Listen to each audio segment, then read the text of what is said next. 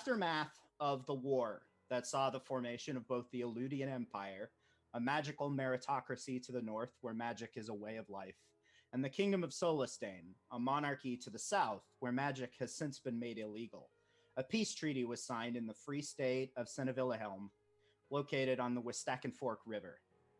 There's some fun names in here. With Stack and Fork? Yeah. Never going to get that right again. Fun names in there.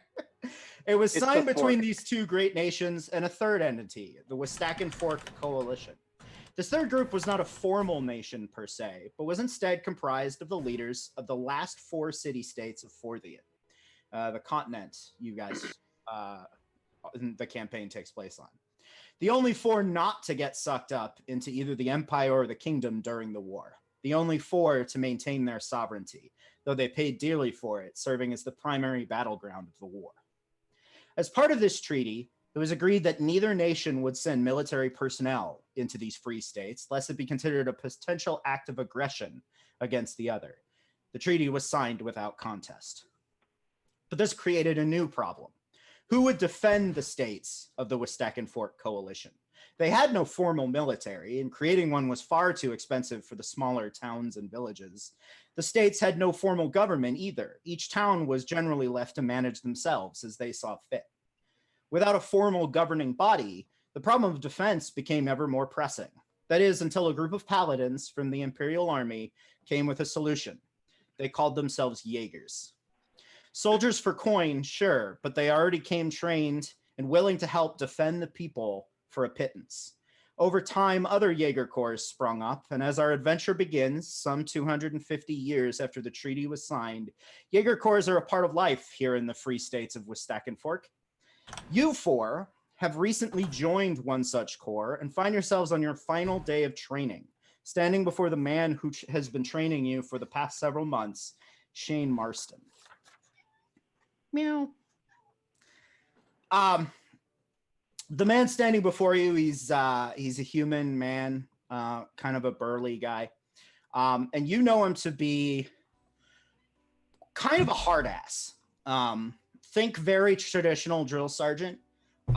He has spent a lot of time over the past few months attempting to essentially make sure you don't die whenever you start going on your various missions. And on this last day, the training is complete. Now it's just you have been assigned a mission that he is about to describe that will serve as your final test. And so he stands before you and he says, okay, so the process is fairly simple. You guys have been assigned a mission to retrieve some deserters.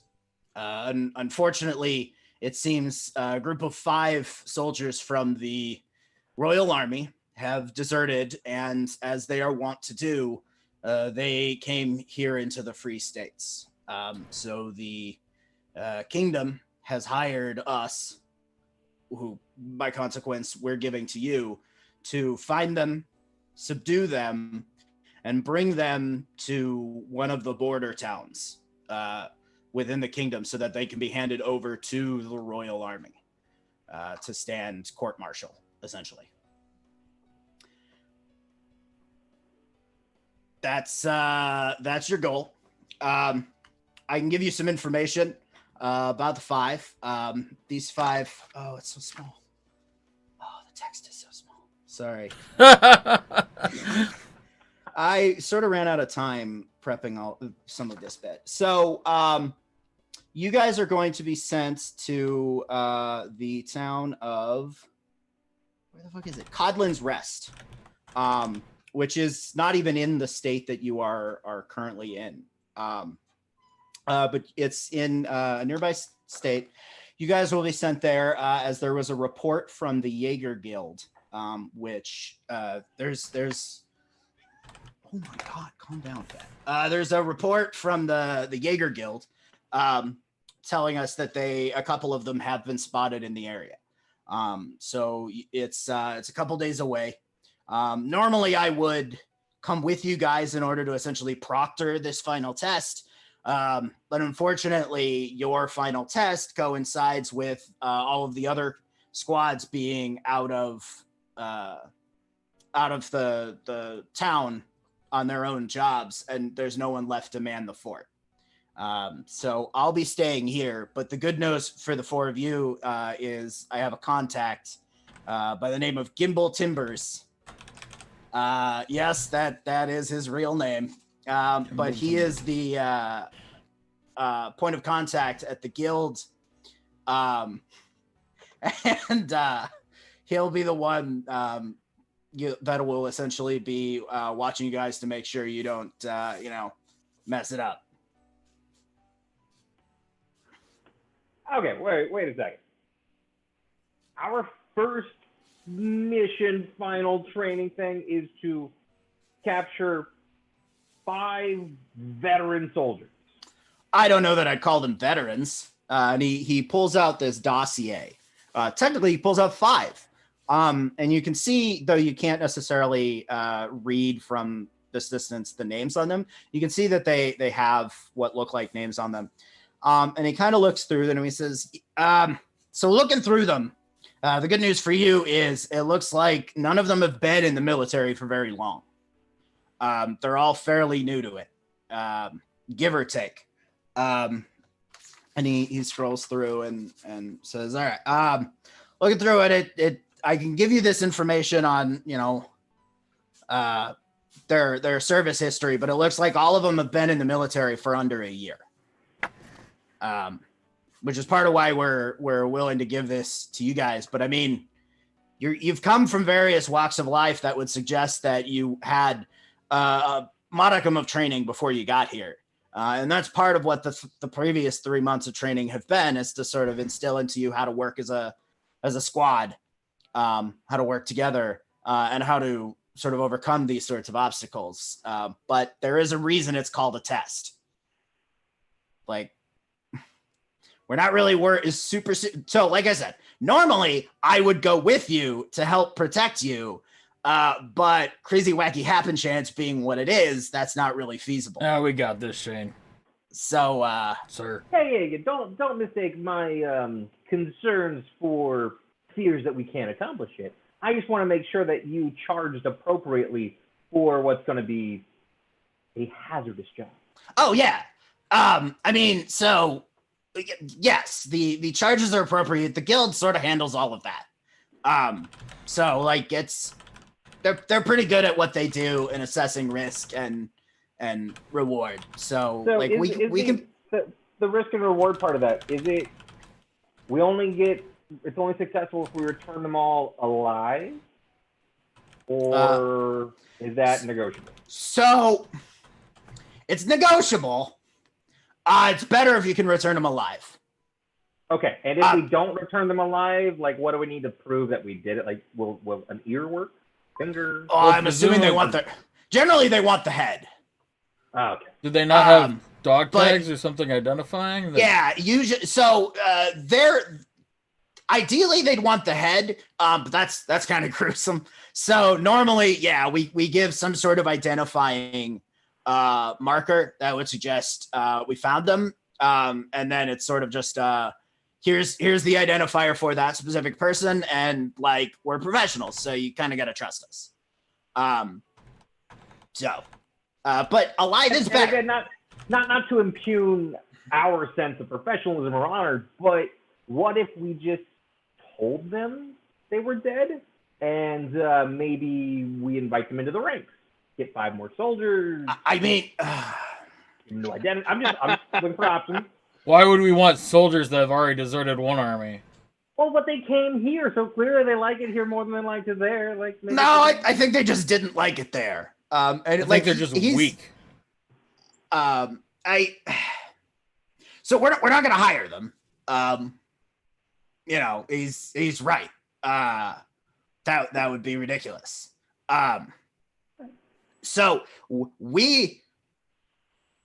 there's a sense of pride in being a Jaeger and like doing the job you're paid for. So I don't really love that after 3 months of trying to beat that fact, among others, into your skull, your first mission, your test. I want to be clear. This is a test, and you are already failing it. I'm just saying, if you wanted somebody that just thought inside the box, I would have joined the Royal Military. I wouldn't be a Jaeger. So don't get me wrong. Part of the point of this is out of the box thinking. But out of the box thinking is not don't do the job, but say you did. That's not really how out of the box thinking works. Identities, so the old one would have been actually like dead, and they'd be a new person. But no, I just wanted to. All right, look, it's really simple. We were hired, and by extension, you were hired, and are being paid to find, subdue, and deliver 5 deserters. As I said, we get paid the most if they're alive, so that they can withstand court-martial. See, there. That's all I had to say. If they are dead, we will still get paid half, but that is obviously not ideal. Unfortunately, it's not always possible to capture them alive because, again, you're dealing with deserters, and it turns out some of them are asshats. So do what you can, problem solve to try to get them alive, but if you can't, it is. I mean, it's gonna be what it's gonna be. It is a test. So, like, we're testing you. I want to make sure you people understand, because I feel like listening has not been your strong suit. It is a test. More of a doing kind of guy. So that has been painfully made clear to me. Any other questions? Does it matter how many are alive? I mean, so the payment is actually on a per person basis, sort of collectively. So it's the actual, if I remember correctly, it's a certain amount, and I forget the exact numbers off the top of my head. It's a certain amount per person with a bonus if you handle all 5. Got it. So the per person is what's like half if they're dead, but the bonus is kind of just a flat. You dealt in some way with all 5 deserters. Here's a bonus. You mentioned that some of them have been seen. Have all of them been seen, or do we not know if they've split up? So we don't know if they've split up. What we know is that all 5 of them escaped together. We don't know. 2 of them were seen near Codlin's Rest, but we're sort of operating under the assumption that they stayed together at least part of the way. Like, it would make sense for them to stay together at least until they got here. And if the first place they've been seen, because we've heard no reports anywhere else, it's likely they were together as far as Codlin's Rest. And if they split up, it was after that. So we'll start with where they were seen. You'll probably want to confirm if all of them were present or just some of them. And then from there, go with how you feel. Got it. What sort of capabilities do they have? So that's a really good question. And he looks through the little dossiers. Well, they're soldiers. Yeah. Turns out the information gathering on this part was not great. So I don't have a good answer for you, my dude. Like I said, they have all only been in the military for under a year. It looks like all of them were reasonably young. I think early 20s was the oldest that I'm seeing here, or comparatively early 20s. You're looking for what it's worth: a human, a dwarf, a gnome, a halfling, and a half-orc. Strangely diverse group of deserters. All right. So for what it's worth, Gnome, pretty much everything is halfling, fairly diverse. Half-orc. Okay. What was the 4th one? Gnome, halfling, half-orc. What? Human? Human, dwarf, gnome, halfling, half-orc. Cool. So on that, a point of clarification. It's like non-human races don't stand out at all in this world. Not particularly. Okay, cool. Some of the larger cities will have potentially like smaller districts devoted to a particular race, little dwarf town. But by and large, that's more cultural than racial isolationist. Like, Okay, cool. that's not really a thing. Yeah, so it's like a Koreatown or China. Yeah, where it's just there's enough people in the city that some people wanted to experience more of their culture than you'd normally find in this eclectic metropolis. Yeah, but we're not dealing with like, okay, this is a human city or this is a dwarven. Okay. No. Thank you. Yep. All right. Questions? Let's go to Gobbler's Knob. Or Goblin's Rest. No Goblin's part of Rest. what you said was correct. kind of ballpark thing, aim for the big picture. It's a test. I I want to be clear. You understand. This is a test. I assume that there are goblins at Goblin's Rest. It's Goblin. Goblin? Yes. Oh, I thought you said goblin. No. Oh. Perhaps we could have this written down, sir. I mean, I'll give you the dossiers, sure. Thank you. And all right. And he hands you the dossiers. Anything else? I don't know if I mentioned this, but it's a test. It started like 15 minutes ago. You're not doing great. Is there a time limit on this, sir? But no. I mean, sooner the better, but there's no like formal time limit associated with the job. It's more like if it takes you 9 years, at some point someone's gonna go, they're real bad at this. Also, and I should probably mention this, it is a test. So while there's no time limit, how quickly you can achieve the job does sort of play into the test component, simply because like the faster you complete jobs, the more jobs you can do. Although that isn't a huge concern because we just like don't get that many. So generally you will find yourself with ample downtime between jobs rather than it being you get here and then you're immediately off to the next one. But we still prefer faster completion.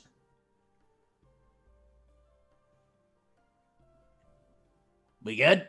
Sounds like we're good. Yeah, I think so. Yep. All right. We're good. Goblin's Nest. Goblin's Rest. What I said. I'm not convinced that's true, but I also didn't really hear you. So cool. So What's a goblin? I mean, I don't know. Or who? Oh, we just know he's resting there? Got it. I mean, presumably. I don't know the history of some random town in a different state. That's fair. Thank you. All right. So you guys you good? We're good. Yeah, I think we're good. I think we set a little bit of tone here, but we'll knock this one out of the park for you, sir. That would be. Thank you for being even marginally polite. I really appreciate. Yeah, sorry. What? Oh, I was gonna say out of character. What should we call him? What would we call him? Like Sir, Sarge, Shane. Orion just died. Oh no! Yep. Everything's broken. Probably. No, This I one's gotta be over this. here. It should fit.